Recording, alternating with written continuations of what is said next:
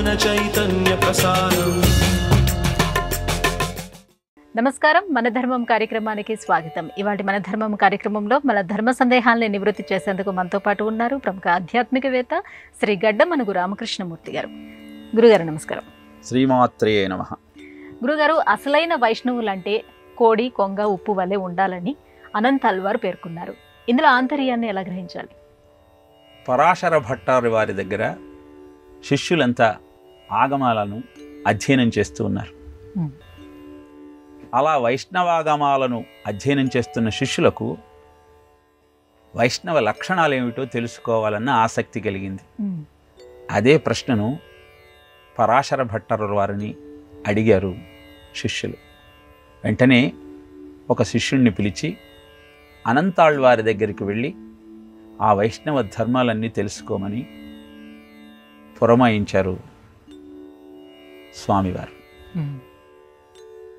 అనంతాళ్వారి దగ్గరికి ఆ శిష్యుడు వెళ్ళే సమయానికి తదీ ఆరాధనలో ఉన్నారు అనంతాళ్వారు.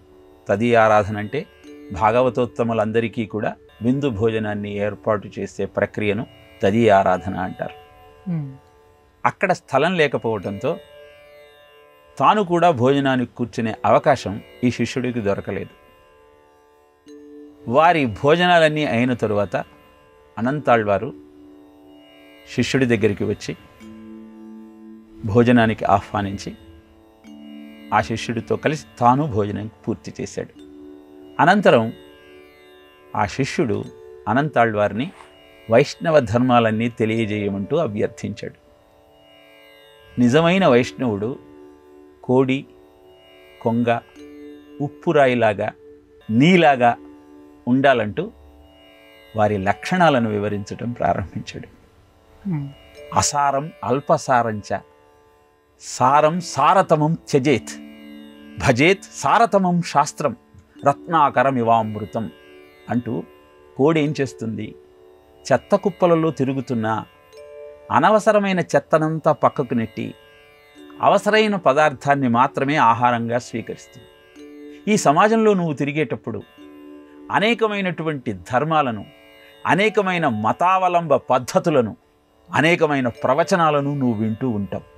విన్నప్పుడల్లా నువ్వు ఆరాధించేటువంటి స్వామి మీద నీకు సందేహం కలిగితే అది వైష్ణవ ధర్మం కాదు. పూర్తి పూనికతో ఏ స్వామినైతే నువ్వు ఆశ్రయించావో తదనుగుణమైన సారాన్ని మాత్రమే నువ్వు గ్రహించినప్పుడు, కోడిలాగా చెత్తను పక్కకు పెట్టి సారాన్ని మాత్రమే గ్రహించే స్థితిలో నువ్వు ఉండగలిగినప్పుడు అది నిజమైన వైష్ణవుడి లక్షణమని నువ్వు గ్రహించు. అలానే కొంగ సరోవరం దగ్గరికి వెళ్ళినప్పుడు అనేకమైన చేపలున్నా అన్నీ తిందామన్న ఆతృతతో వాటి వెంట పరిగెత్తే ప్రయత్నం చెయ్యదు. తన నోటికి ఏది దొరుకుతుందో దాన్ని మాత్రమే స్వీకరించే ప్రయత్నం చేస్తుంది. అలానే ప్రపంచంలో కనపడే అనేకమైన ఆకర్షణలను చూస్తూ వాటి వెంట పడితే ఏదో బావుకోవచ్చన్నటువంటి భ్రమతో ఎన్నటికీ నువ్వు ఉండరాదు. అది వైష్ణవ లక్షణం కాదు. పూర్తి సత్వగుణంతో నువ్వు మెలిగినప్పుడు, నీకు దొరికినదే ఆ భగవంతుడు నీకిచ్చిందా అన్న భావన నీలో ఉన్నప్పుడు నువ్వు నిజమైన వైష్ణవుడిగా కీర్తింపబడతావు. ఉప్పురాయి బయట ఎలా ఉంటుందో లోపల అలానే ఉంటుంది. బయటికి ఒకలాగా మాట్లాడుతూ లోపల ఇంకొక ఆలోచన చేసే లక్షణము వైష్ణవ లక్షణం కాదు. మనస్సులో ఉన్న మాట మర్మం లేకుండా మరొకటికి చెప్పే లక్షణం నీలో ఉంటే, ఏ మాయా మోసము లేనటువంటి జీవనం సత్యవంతంగా నువ్వు కొనసాగించగలిగితే నిజమైన వైష్ణవుడివని నువ్వు పిలువబడతావు. ఆఖరిగా నీవు చూపిన వినయం కూడా వైష్ణవ లక్షణమే. అందరూ భోజనం చేస్తూ ఉన్నప్పుడు ఆ ప్రాంతానికి నువ్వు వచ్చి, నేను చాలా దూర ప్రాంతాల నుంచి వచ్చాను, పరాశర భట్టర్ వారి శిష్యుడను, నాకు భోజనం పెట్టకుండా ముందర అందరూ భోజనం చేస్తున్నామన్న కినుకుతో నువ్వు తిరిగి వెళ్ళే ప్రయత్నం చేయలేదు. నీకు అవకాశం దొరికేదాకా వేచి చూచి అద్భుతమైనటువంటి విందును ఆరగించి, నేను చెప్పే మాటలను వీనుల విందుగా వింటూ వైష్ణవ తత్వాన్ని తెలుసుకోవాలనని ఆసక్తి అద్భుతమైనటువంటి విష్ణు ధర్మాన్ని ప్రకటిస్తూ ఉంది. విష్ణువు అంటే 5 ఏళ్ల పిల్లవాడిని కూడా క్షమించమని అడిగిన సత్వగుణానికి ప్రతీక. క్షంతవ్యమహం యది మే సమయే విలంబ అని ప్రహ్లాదుడితో నృసింహస్వామి అంటాడు, ఓ ప్రహ్లాద, నిన్ను హిరణ్యకశపుడు ఏ వ్యవస్థలు పెట్టాడయ్యా, నిన్ను కాపాడటంలో నేనేమైనా ఆలస్యం చేసి ఉన్నట్టయితే నన్ను క్షమించవయ్యా అని అఖిలాండ కోటి బ్రహ్మాండ నాయకుడు 5 ఏళ్ల పిల్లవాడిని క్షమార్పణ అడిగాడు అంటే అంతకంటే సత్వగుణం ఏముంటుంది? అది వైష్ణవుడి యొక్క లక్షణము. అహంకారాన్ని వదిలేసి చరాచరేషు భూతేషు వేషనాత్ విష్ణురుచ్యతే అన్న భావనతో, కనపడుతున్న ప్రతి జీవిలో ఉన్నది ఆ విష్ణు తత్వమే అన్న భావనతో వారిని నువ్వు ఆరాధించగలిగితే అప్పుడు నువ్వు నిజమైన వైష్ణవుడి అన్న విషయాన్ని నువ్వు గుర్తించగలుగుతావు. ఎదుటివాడిని నింద చేయటం వైష్ణవుడికి ఆత్మహత్యా సదృశం. ఎందుకంటే ఒకరిని నిందిస్తున్నావంటే అతనిలో ఉన్న విష్ణువును నువ్వు నిందిస్తున్నట్టే కదా. అందరిలో ఉన్న స్వామి అతనిలో మాత్రం లేడా? ఈ సత్యాన్ని నువ్వు గ్రహించగలిగితే నువ్వు నిజమైన వైష్ణవుడివి అన్న నిజం నీకు తెలుస్తుంది అంటూ అద్భుతంగా అనంతాళ్వారు పరాశర భట్టారు శిష్యుడికి వైష్ణవ ధర్మాలన్నింటినీ బోధించాడు. మనం కూడా వాటిని తెలుసుకుంటూ ఆ విష్ణువే అంతటా వ్యాపించి ఉన్న సత్యాన్ని గుర్తిస్తూ హరిమయము విశ్వమంతయు హరి విశ్వమయుండు సంశయము పని లేదు, హరిమయము కాని ద్రవ్యము పరమాణువు లేదు, వంశపావన వింటే అన్న శుకుడి మాటను జ్ఞాపకం చేసుకుంటూ అంతా విష్ణుమయం అన్న భావనతో జీవనాన్ని కొనసాగించగలిగితే నిత్యము శ్రీ మహావిష్ణువు చూసేవాడికి బాధలెక్కడుంటాయి, ఆనందం తప్పితే. గురుగారు, తాళపాక అన్నమయ్యతో పాటుగా ఇంకో అన్నమయ్య కూడా ఉన్నారా? ఆయన ఎవరు? ఆయన ప్రత్యేకత ఏమిటి? తాళ్లపాక అన్నమాచార్యుల వారు యథావాక్కుల అన్నమయ్య ఇద్దరు అద్భుతమైన భాగవతోత్తములే. పదకవిత పితామహుడుగా, సంకీర్తన ఆచార్యుడిగా ప్రఖ్యాతిగాంచిన అన్నమయ్య నారాయణసూరి లక్కమాంబలకు 1407వ సంవత్సరంలో వైశాఖ పౌర్ణమి నాడు కడప జిల్లాలోని రాజంపేట తాలూకాలోని తాళ్లపాక గ్రామంలో జన్మించాడు. రోజుకు ఒక్క కీర్తన తక్కువ కాకుండా 32,000 సంకీర్తనలను రచించి ఆ విష్ణు సాయుధ్యాన్ని పొందిన మహాభాగవతోత్తముడు అన్నమాచార్యుల వారు. అలా విష్ణు భక్తికి నిలువెత్తు నిదర్శనం తాళ్లపాక అన్నమాచార్యులైతే, శివభక్తికి నిదర్శనం యథావాక్కుల అన్నమయ్య. సర్వేశ్వర శతకం అనే అద్భుతమైన శతకాన్ని రచించాడు. ఆయన ధార, ఆయన సమాసాల కూర్పు, ఆయన పదబంధనాల నేర్పు అద్భుతంగా కొనసాగుతుంది. 13వ శతాబ్దానికి చెందినవాడు యథావాక్కుల అన్నమయ్య. 95 ఏళ్ల జీవితాన్ని తాళ్లపాక అన్నమాచార్యుల వారు గడుపుతూ విష్ణు భక్తిని ప్రచారం చేస్తే, యథావాక్కుల అన్నమయ్య సర్వేశ్వర శతకాన్ని రాస్తూ ఒక భీషణమైన ప్రతిజ్ఞ చేశాడు. ఒక్కొక్క పద్యాన్ని నీటిలో వదులుతూ, ఈ పద్యం తిరిగొస్తేనే నేను ప్రాణాలతో ఉంటాను, లేకపోతే ఆత్మహత్య చేసుకుంటాను, నదిలో పడి దేహాన్ని వదిలేస్తాను, నా శివుడు నన్ను కాపాడతాడు, నా పద్యాలన్నీ వింటాడు, నా జీవితమే ఆ శివుడి కోసం, కనుక నా రచన ఆయనకి చెందాల్సిందే, ఒకవేళ నేను రచించిన ఈ రచన ఆయనకు చేరకపోతే నా జీవితానికి అర్థమే లేదు అన్న భావనతో 138 పద్యాలు రాసి ఒకటి నదిలో వేస్తూ ఉంటే అది తిరిగి వస్తూ ఉంది. సంతోషంతో తబ్బిపోతున్నాడు యథావాక్కుల అన్నమయ్య. 135వ పద్యాన్ని రాసి నదిలో వదిలేశాడు. అది తిరిగి రాలేదు. వెంటనే నదిలో దూకి ఆత్మహత్య చేసుకుందామన్న సమయంలో ఒక పశువుల కాపరి ఆ పద్యాన్ని తీసుకువచ్చి యథావాక్కుల అన్నమయ్యకి ఇచ్చాడు. సంతోషించి తన ప్రాణత్యాగ ప్రయత్నాన్ని విరమించాడు యథావాక్కుల అన్నమయ్య. ఆ పశువుల కాపరి ఎవరో కాదు, సాక్షాత్తు పరమేశ్వరుడే. ఆ పద్యమే తరులన్ బువ్వులు పిందెలున్ ఒదివి పండ్లగున్ హర నీ పాదపయోజ పూజితములై అత్యద్భుతం విరుల్ కరులౌ అశ్వములౌ అనర్ఘమణులౌ కర్పూరమౌ హారమౌ ధరణీరత్నౌలౌ బటీరతరులౌ తథ్యంబు సర్వేశ్వరా అన్న ఆ పద్యాన్ని అద్భుతమైన శివభక్తికి తార్కాణంగా ఆవిష్కరించిన యథావాక్కుల అన్నమయ్య ఆ రచన పూర్తి అయిన తరువాత శివ సాయుధ్యం చెందాడు. ఇలా అద్భుతమైన శివభక్తికి తార్కాణం యథావాక్కుల అన్నమయ్య అయితే, సాక్షాత్తు ఆ శ్రీ మహావిష్ణువు యొక్క నందకము అంశయే తాళ్లపాక అన్నమాచార్యులుగా ఆవిర్భవించి విష్ణు భక్తిని ప్రచారం చేసి దుందుభినామ సంవత్సర పాల్గుణ బహుళ ద్వాదశి నాడు 95వ సంవత్సరంలో తాళ్లపాక అన్నమయ్య విష్ణు సాయుధ్యాన్ని పొందాడు అని తెలియజేస్తున్నారు. గురువుగారు, ఆలయ ఆగమ సాంప్రదాయంలో ఎన్నో విశేషాలు ఉంటాయి. ఆ సంవిధానంలో ధ్రువబేరం, స్నపన బేరం, ఉత్సవ బేరం అని మూర్తులను విభజించారు. ఈ మూర్తుల యొక్క ప్రత్యేకత ఏమిటి? భారతీయ జీవన విధానంలో ఆలయానికి అత్యంత ప్రాధాన్యత ఉన్నది. దేవాలయాన్ని మనం శక్తి కేంద్రంగా అభివర్ణిస్తాం. మంత్రానుష్ఠానం లేక, దేవతార్చన తెలియక, దైవీ శక్తిని ఎలా అందుకోవాలో అర్థం కాక అలమటిస్తున్న సామాన్య ప్రజానీకానికి దేవాలయమే శ్రీరామ రక్ష. ఆ దేవాలయంలో ఉన్నటువంటి మూలమూర్తిని ఆరాధిస్తూ, అక్కడ ఉన్న తీర్థంలో స్నానం చేస్తూ, ఆ క్షేత్ర మహాత్యాన్ని స్మరిస్తూ తమ జీవనాలను పావనం చేసుకునే అవకాశం సామాన్య పామరులకు కూడా దొరుకుతుంది.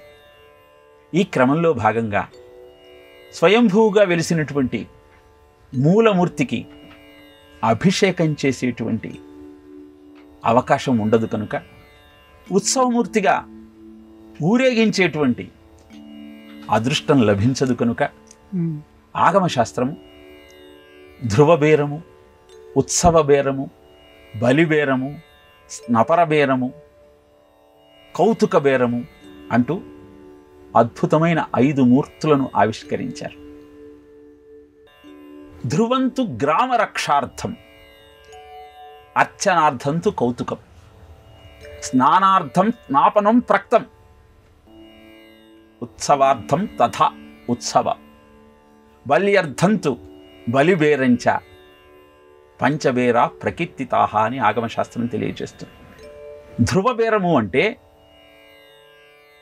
మూలమూర్తిగా స్వయంభూవుగా మునులతో ప్రతిష్ఠించిన గర్భగుడిలో ఉన్నటువంటి మూల బేరం. ఆనంద నిలయంలో కొలువై ఉన్న ఆ స్వామి నకృతం దైవ సంఘానాం నకృతం విశ్వకర్మణ స్వేచ్ఛయా క్రీడతే తత్ర ఇష్టారూపం విరాజిత. ఎవరు ప్రతిష్ఠించారు ఆయన్ని? తనంతట తాను కలియుగంలో ఉన్నటువంటి జనాలందరికీ కూడా మోక్షాన్ని అందించాలి. అలసులు మందబుద్ధియుతులు, అల్పత రాయువులు, ఉగ్రరోగ సంకలితులు, మందభాగ్యులు, సుకర్మమేదియు చేయజాలరి కలియుగమందు మానవులు, కావున ఎయ్యది సర్వసౌఖ్యమై అలవడు అని ఆలోచన చేసి తన అవతారాన్ని ప్రకటించి అందరినీ కటాక్షిస్తున్నటువంటి ఆ ధ్రువ బేరము, ఆ మూల బేరము 8 అడుగుల ఎత్తుతో ఆ దివ్య మంగళ విగ్రహం పొద్దుటి నుంచి విశ్రామం లేకుండా నిలబడి మరీ తనను అర్చించిన ప్రతివాడిని కటాక్షిస్తున్న వైనం చూస్తే, భారతి బంగారు ముంగిట భగవంతుడే పారాడెను, ఋషి సంతతి గొంతు విప్పి రుక్కులు చక్కగా పాడెను అన్న విషయం మనకు అర్థమవుతుంది. ఇలా ధ్రువబేరము గర్భగుడిలో మూలమూర్తిగా నిలిచి కొలిచిన ప్రతివాడిని కటాక్షిస్తూ ఉంటే, మరి అభిషేకము, అర్చన, పూజలు ఇవన్నీ చేయటం కోసము భోగ శ్రీనివాసమూర్తి మనకు ఆలయంలో ఆ స్వామి ముందరే కనపడుతూ ఉన్నాడు. ఇలా భోగ శ్రీనివాసమూర్తిని కౌతుక బేరము అంటారు. అలా ఉగ్ర శ్రీనివాసమూర్తి స్నపర బేరంగా తెలియబడుతూ ఉంది. మొదట ఉగ్ర శ్రీనివాసమూర్తినే ఊరేగింపు ఉత్సవానికి తీసుకొచ్చేవాళ్ళు. కానీ 13వ శతాబ్దంలో జరిగిన అగ్ని ప్రమాదం కారణంగా ఆకాశవాణి పలుకులను అనుసరించి పుట్టలో ఉన్నటువంటి స్వామి భూదేవి శ్రీదేవిలతో కొలువై ఉన్న వైనాన్ని గమనించి ఆయనను మలయప్ప స్వామిని ఉత్సవమూర్తిగా ఇప్పుడు మనం దర్శిస్తూ ఉన్నాం. ఉత్సవ బేరంగా మనకు మలయప్ప స్వామి శ్రీదేవి భూదేవిలతో దర్శనమిస్తూ ఉంటే, స్నపన బేరంగా ఉగ్ర శ్రీనివాసమూర్తి మనను కటాక్షిస్తూ ఉన్నాడు. ఇంకా ఆలయంలోనే బలిబేరము, తోమాల సేవ అయిన తరువాత బంగారు సింహాసనం మీద ఈ కొలుపు శ్రీనివాసమూర్తిని ఉంచి అర్చక స్వాములంతా పంచాంగ శ్రవణం చేస్తారు. ఆయనకు అద్భుతమైన పంచాంగాన్ని వినిపించిన తరువాత ఆదాయ వ్యయ వివరాలన్నింటినీ స్వామి ముందు ప్రదర్శిస్తారు. అనంతరం ఆ రోజు జరిగే ఉత్సవాల గురించి వివరిస్తారు. ఇలా ధ్రువబేరము, స్నపర బేరము, కౌతుక బేరము, బలిబేరము, ఉత్సవ బేరము అంటూ 5 మూర్తులుగా అద్భుతమైన ఆ దైవీ శక్తిని ఆవిష్కరించి తద్వారా ప్రజానీకానికి అందరికీ ఆ దైవశక్తిని అందించేటువంటి ప్రక్రియే ఈ ఆగమ శాస్త్రంలో మనకు తెలియజేసిన ఈ బేరముల యొక్క వివరము. బేరము అంటే విగ్రహము, అవతారము అని అర్థం. అలా అద్భుతమైన ఈ సత్యాన్ని గ్రహిస్తూ స్వామిని ఆశ్రయించి జీవితాన్ని ధన్యం చేసుకునే ప్రయత్నం చేద్దాం. గురువుగారు, మరణించిన ప్రతి వ్యక్తి 10 రోజుల్లో మరో శరీరాన్ని పొందుతాడని చెప్తారు కదా, అలాంటప్పుడు ప్రతి నెల ఈ మాసికాలు కానీ సంవత్సరం పితృకార్యాలు కానీ ఎందుకు నిర్వహించాలంటారు? మరణించిన ప్రతి జీవుడు 10 రోజులలో ఇంకొక దేహంలోకి ప్రవేశిస్తాడు అన్న మాట సత్యం కాదు. కొందరు ప్రచారం చేసేటువంటి ఆధారం లేనటువంటి విషయం మాత్రమే. కర్మఫలాలను అనుసరించి వెంటనే జన్మలు ఏవి అందుకోవాలో మనకు పురాణం వివరించింది.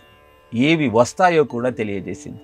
ధన సముపార్జన మీదనే మాత్రమే నీ దృష్టి కేంద్రీకరిస్తే నీకు దేహాన్ని వదిలేసిన తరువాత మరొక సర్పదేహం మాత్రమే దొరుకుతుంది. ఇది మార్కండేయ పురాణం తెలియజేసిన సత్యం.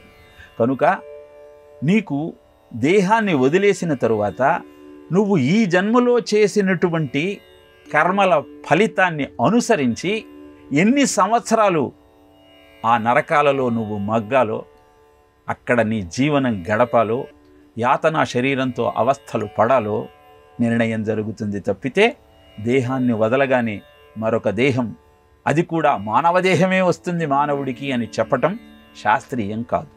పురాణం ప్రకారం యం యం యాతి స్మరన్ భావం చజంచంతే కలేవరం తం తమేవైతి కౌంతేయ సదా సద్భావభావితా అని 8వ అధ్యాయంలో పరమాత్మ తెలియజేస్తాడు. నువ్వు ఏమి స్మరిస్తూ ఈ దేహాన్ని వదిలేస్తావో అదే దేహం నీకు దొరుకుతుంది తప్పితే నీవు అనుకున్నట్టు మళ్ళీ మానవ జన్మే దొరుకుతుంది అన్న విషయం సత్యం కాదు. పురాణాల ఆర్షవాంగ్మయం ఆధారంగా పరిశీలించినట్టయితే ఇక ఆ నరకాలలో, ఆ లోకాలలో ఎంతకాలం ఉంటారు అన్నటువంటి ప్రశ్న వచ్చినప్పుడు కొన్ని వందల సంవత్సరాల తరువాత ఆ కర్మ క్షయమయ్యి మళ్ళీ ఇంకొక దేహంలో ప్రవేశించే అవకాశం దొరుకుతుంది. అందుకే మనం పితృకర్మలు చేసేటప్పుడు పితృ, పితామహ, ప్రపితామహ అని 3కి శ్రాద్ధకర్మ నిర్వర్తిస్తాం. ఎందుకు అంటే ఒక్కొక్కళ్ళు 100 సంవత్సరాలు అనుకున్నా 300 సంవత్సరాల తరువాత ఆ ప్రపితామహుడికి మళ్ళీ ఒక జన్మ దొరికి తన జీవితాన్ని గమనించి అవకాశం దొరుకుతుంది. మరి 300 సంవత్సరాల తర్వాత తప్పనిసరిగా దొరుకుతుందా అంటే అది కూడా నిర్ణయంగా చెప్పలేం. ఏదేమైనా తెలుసుకోవలసిన సత్యం ఏమిటంటే మానవ జన్మ ఉత్తమోత్తమైనది. మా అంటే వద్దు, నవ అంటే కొత్త, జన్మ అంటే పుట్టుక. మళ్ళీ పుట్టుక లేకుండా చేసుకునే అవకాశం కేవలం మానవ జన్మలో మాత్రమే దొరుకుతుంది. దేహం లేకుండా ప్రేత రూపంలో ఉండటం చాలా కష్టం. అదే మనకు భాగవత ప్రారంభంలో, భాగవత మాహాత్యంలో తెలియజేస్తాడు. దుందుకారుడు ఇంకొక జన్మ దొరకక ఎలా తన ప్రేత రూపాన్ని పోగొట్టుకోవాలో తెలియక గోకర్ణుణ్ణి ప్రార్థిస్తాడు. ఎలానయ్యా నాకు ఉత్తమ జన్మ దొరుకుతుంది, నేను ప్రేత రూపంలో, వాయు రూపంలో సంచరిస్తూ ఉన్నాను అంటే భాగవత సప్తాహాన్ని నిర్వహిస్తాడు గోకర్ణుడు. అప్పుడు వాయు రూపంలో 7 కణుపులు కలిగిన గుంజలో నిలిచి భాగవతాన్ని పూర్తిగా శ్రద్ధతో విన్న కారణాన భాగవత కథంతా అయిపోయేసరికి అతని కోసం విష్ణుదూతలు విమానం తీసుకుని వస్తారు. అలా ఆ ప్రేతానికి ముక్తి దొరుకుతుంది. ఈ కథ చెప్పటంలో ఆంతర్యం ఏమిటి అంటే, నీవు మానవ దేహంలో చేసిన కర్మలన్నింటినీ అనుభవించాల్సిన అగత్యం ఉన్నది. అంతా బాగుంది, కానీ ఇంకొక జన్మలోకి వెళ్ళేవాడికి మనం పెట్టేటువంటి శ్రాద్ధం ఎలా జరుగుతుంది అన్న సందేహం కూడా కలుగుతుంటుంది. నిజానికి మనం శ్రాద్ధకర్మ చేసేటప్పుడు పితృదేవతలను ఆరాధన చేస్తాం. పితృదేవతలు అంటే వసు, రుద్ర, ఆదిత్య దేవతలు. వీరు నీవు అందించిన శ్రాద్ధాన్ని ఆ జీవులకు వారు తీసుకునే ఆహార రూపంలో అందజేయగలిగిన శక్తి కలిగిన వారు. అందుకే పితృదేవతలను ఆరాధిస్తే నీ వంశం వృద్ధి అవుతుంది అని చెప్పడానికి కారణం ఏమిటి అంటే, నువ్వు శ్రద్ధతో చేసే ఈ శ్రాద్ధకర్మ పితృదేవతలనబడే వసు, రుద్ర, ఆదిత్యులను సంతృప్తిపరిచినట్టయితే వాళ్ళ కటాక్షంతో నీ వంశం వర్ధిల్లుతుంది.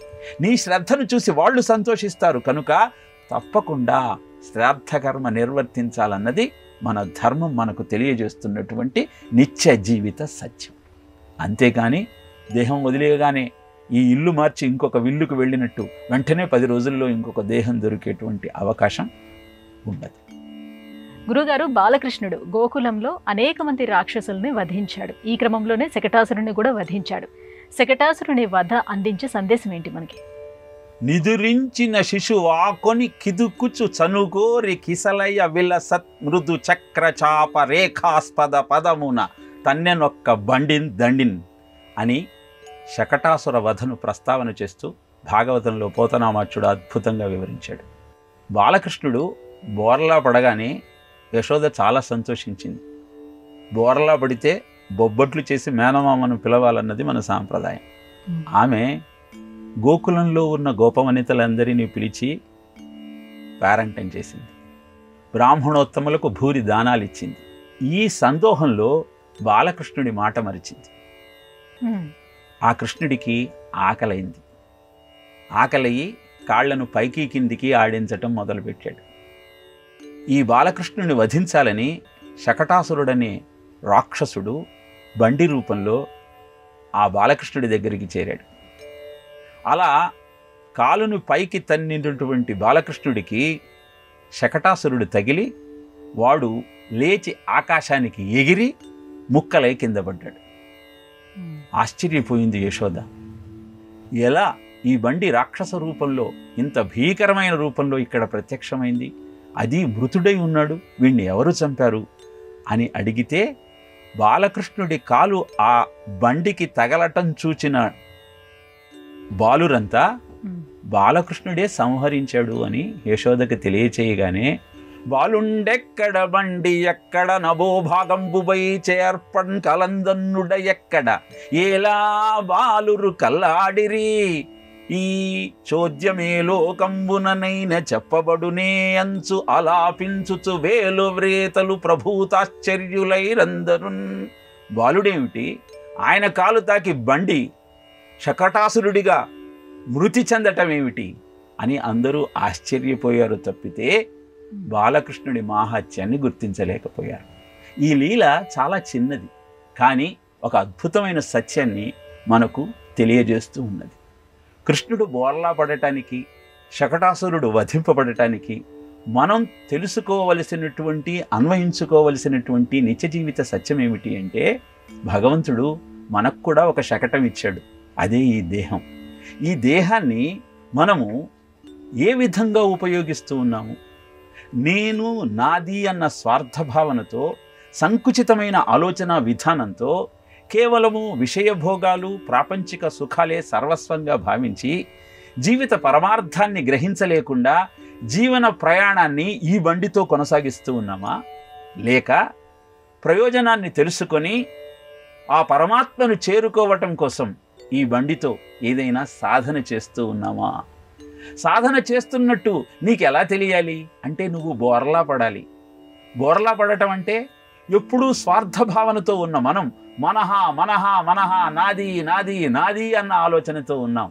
దాన్ని బోర్లా పడేస్తే నమః నమః నమఃగా మారుతుంది. నమః అంటే నాది కాదు, అంతా భగవంతుని యొక్క కృపా కటాక్ష వీక్షణమే. ఈరోజు నేను ధనాన్ని ఆర్జిస్తూ ఉన్నానన్నా, అందరి చేత కీర్తి ప్రతిష్టలు పొందుతూ ఉన్నానన్నా, ఇది నా ప్రయోజకత్వం కాదు. కర్తృరాజ్ఞయా ప్రాప్యతే ఫలం కర్మ కిం పరం కర్మ తజ్జడం.